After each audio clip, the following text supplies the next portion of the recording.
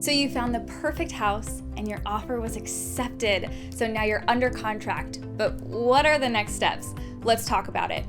First and foremost, within 24 hours of contract acceptance or the next business day, you will want to deposit earnest money. Now, your standard earnest money is 1% to 2% of the purchase price amount. Now, in more competitive markets, like we're seeing here right now in the greater Phoenix area, it's a bit more common to see 2% to 3%. So you will want to deposit that to the escrow company within about 24 hours of contract acceptance. Now, after that happens, we are in our due diligence period or our inspection period.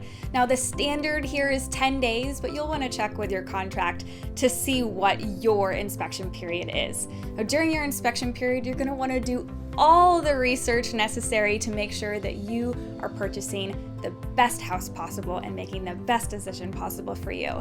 Now, this includes going over the buyer's advisory, going over seller disclosure forms, which should be sent to you within a couple days of going under contract, and having an inspection with a licensed home inspector. Now, the next step after you've done all of your research, you're going to submit what is called a BINSR. Now, a BINSR is essentially a repair request form. In that repair request form, you can either accept the property as is, you can ask for the seller to make certain repairs, or you can decline the property and just walk away from it. In that case, you would typically get your earnest money back.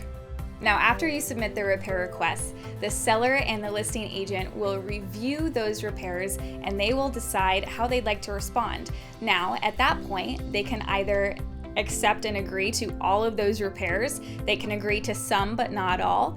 They can offer you a credit in lieu of repairs, or they can just deny it altogether. Now, at that point, if they respond with anything other than accepting everything that you've asked for, you get to then choose whether or not you would like to move forward or cancel this transaction. Now, typically after your inspection period, the lender will order your appraisal.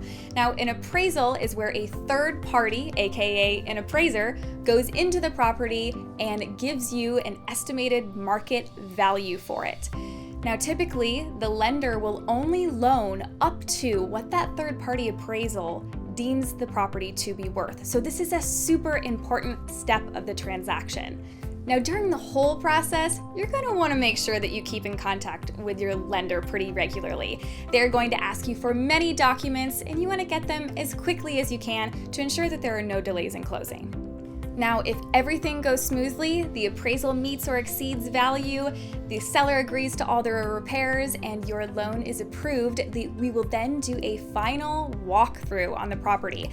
Now, this is typically done the day before closing. We'll walk through the property and we will make sure that everything is substantially the same as the first time that we saw it.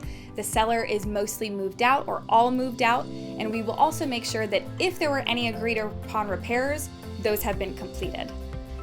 Now, remember, we don't know what time exactly the property is going to record, so I never recommend hiring movers for the day of closing.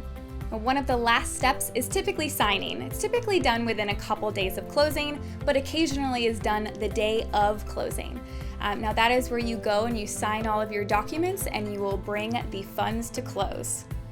After all of that, you're ready to close. Now, once the property records, I will meet you in person with your keys to hand them over and congratulate you on your new home.